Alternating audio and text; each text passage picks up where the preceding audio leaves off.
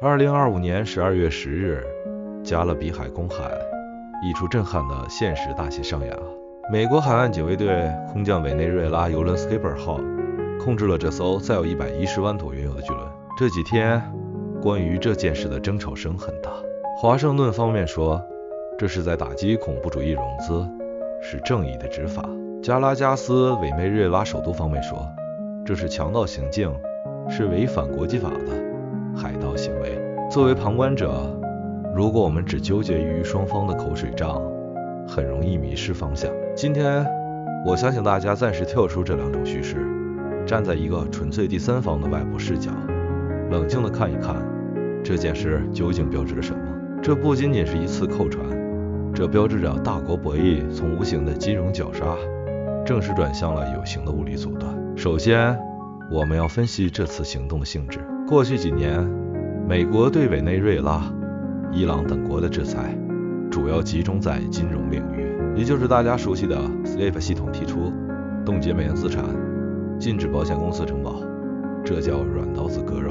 但是12月10日的这次扣押，以及随后的12月16日特朗普签署的全面封锁令，性质完全变了，这是一个分水岭。从第三方的观察来看，这说明原有的金融制裁体系出现了边际效应递减。简单说，就是被制裁的国家已经适应了，他们通过私下换汇、加密货币、与货贸易，依然能活下去。面对这种情况，美国选择了升为打击，直接动用军事力量。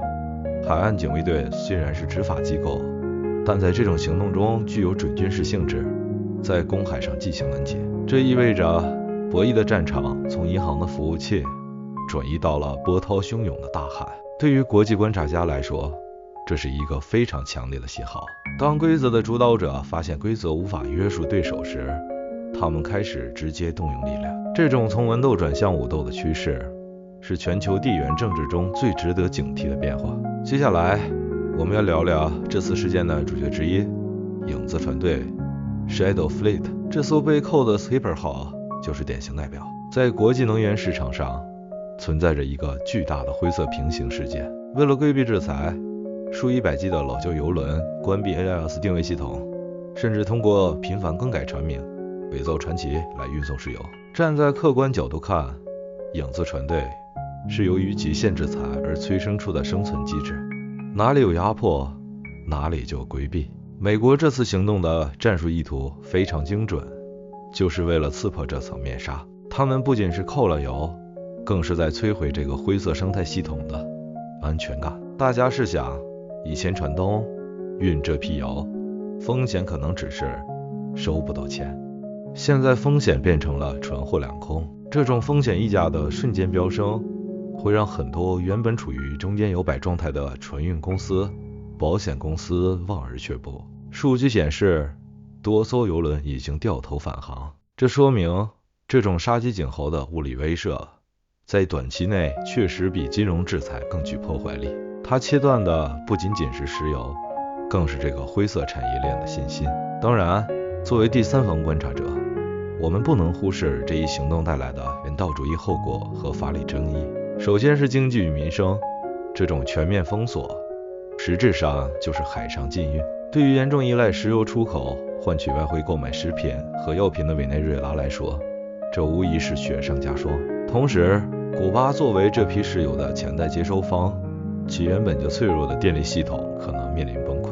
从人道主义视角看，大国博弈的代价最终往往由最底层的平民来承担，这是我们需要保持关注和同情的地方。其次是法理争议，这也是最核心的矛盾点。公海航行自由是现代国际海洋法的基石，美方引用的法理依据通常是国内法的长臂管辖，涉及恐怖主义融资、使用美元结算体系等。但在国际法层面，在公海上拦截他国商船一直是一个极具争议的灰色地带，这开启了一个危险的先例。如果强力国家可以依据国内法在公海扣押船只，那么未来其他拥有远洋海军力量的大国是否也可以效仿？这是否会导致公海从自由通道变成丛林法则的试炼场？这是国际法律界和各国政府都非常担忧的深层问题。最后，我们来总结一下，委内瑞拉油轮扣押事件绝不是一个孤立的治安案件，它是美国在2025年年末，为了重塑对后院的控制力，以及切断全球反美阵营如伊朗、委内瑞拉、真主党资金链条而打出了一张极高风险的牌。从效果上看，它展示了美国作为海洋霸权的绝对实力，我想扣就能扣。但从长远看，它加剧了地区紧张局势，可能导致拉美地区的左翼政权更加团结地对抗美国，同时也迫使被制裁国家寻找更加严密甚至更加激进的对抗方式。世界正在变得越来越缺乏缓冲地带，当公海都不再公共，我们或许正在步入一个更加动荡的航海时代。作为一个冷静的观察者，我们不站队，但我们必须看清风向，因为风起于清平之末，这阵风可能会吹到每一个人的生活中。感谢大家的收看，你认为这种物理拦截会成为未来的常态吗？欢迎在评论区留下你的理性分析。我是你身边有逻辑有常识的朋友，我们下期见。